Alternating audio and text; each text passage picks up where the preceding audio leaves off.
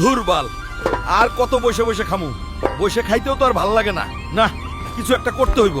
যাই দেখি কি করা যায়, কি করা যায়। আইত তো পাইছি বুদ্ধি, মুরগির ব্যবসা করবো, ভালো লাভ হইব। কিন্তু টাকা তো নাই, মুরগি কিনবো কি দিয়া? আরে মুই তো হুদাই চিন্তা করতেছি, চাচার বাড়িতে অনেক মুরগি। আজ রাতের মধ্যে কাম সাইরা কালি দোকানে দিব।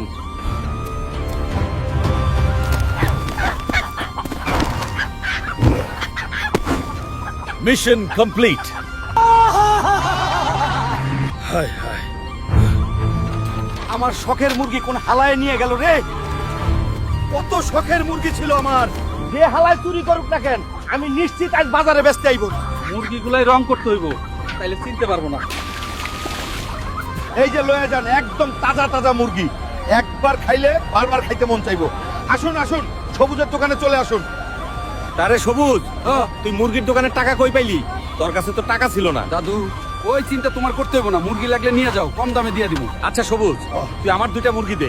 বাপরে, কি মুরগি থেকে হাতে রং ভরলো কে? তার মানে এইগুলো আমার মুরগি। পেট মোটা বল, আমার মুরগি চুরি করছস কে? দাদু, আমার কাছে টাকাও নাই, আবার আমি কোনো কাজ পাইতেছিলাম না, তাই এই ওকাম করে ফেলছি। সবুজ তো এমন না। দূর বেড়া, কাজ পাইছস না, আমার বাড়ির আসিস, কাজের ব্যবস্থা করে দেবো। আর যেন আর এমন ওকাম করিস না। আচ্ছা দাদু। তাইলে মুরগিগুলা বেচা ফেলি, পেট মোটা আর ভালো হইলি না।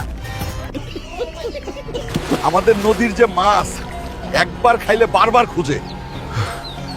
আজ কেন ইলিশ মাছ পাইলাম না রে? ইলিশ তো পাই নাইলে, কিন্তু আজ আমি পাঙ্গাস মাছ ইলিশের দামে বেচে দেবো। এই তো ইলিশ হয়ে গেল, ইলিশ হয়ে গেল। আসেন আসেন, জলের দামে ইলিশ নিয়ে যান।